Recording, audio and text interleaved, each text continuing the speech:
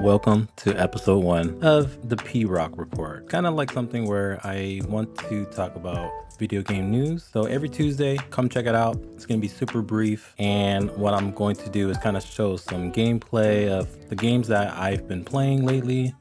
We're going to start off with Xbox because I don't know what's wrong with Xbox. You kind of think about what they're doing and how they just increased their console price again, which is kind of crazy because they've increased it like 3 times already. Per CNET right over here on the source. So an Xbox Series X is now $800 starting August 1st, mind you. So you might want to pick up an Xbox if you really want to play Gears of War, or if you don't have a PC and you kind of prefer more of a home console. I just thought it was crazy to me. If Xbox isn't selling consoles and they're kind of like in third place per se, you're gonna increase the price for their consoles, which is insane. Who would buy Xbox now? Because it's more expensive than a PS5 and Nintendo Switch or anything like that. So that's pretty crazy. Really surprised by Xbox doing that. You would think like they would probably bundle some kind of game or something like that to cut back. Like if they increase the price, maybe bundle Forza, Halo or something. Like we used to get those back in the days, but not anymore. Next we have Sony over here,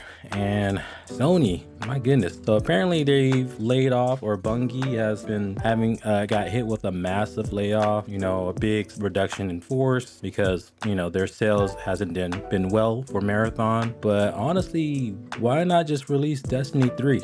If Destiny 2 is already a pretty solid foundation for live service, why not release the sequel for it? Build upon that. But I guess they don't want to do that. They probably want to have another different IP for some kind of live service, but very surprising. I don't know what Sony plan is, but over here, they're not giving up on live service. They're still going through with it, so I'm not sure what they expect for that part. And another big news is Grand Theft Auto 6.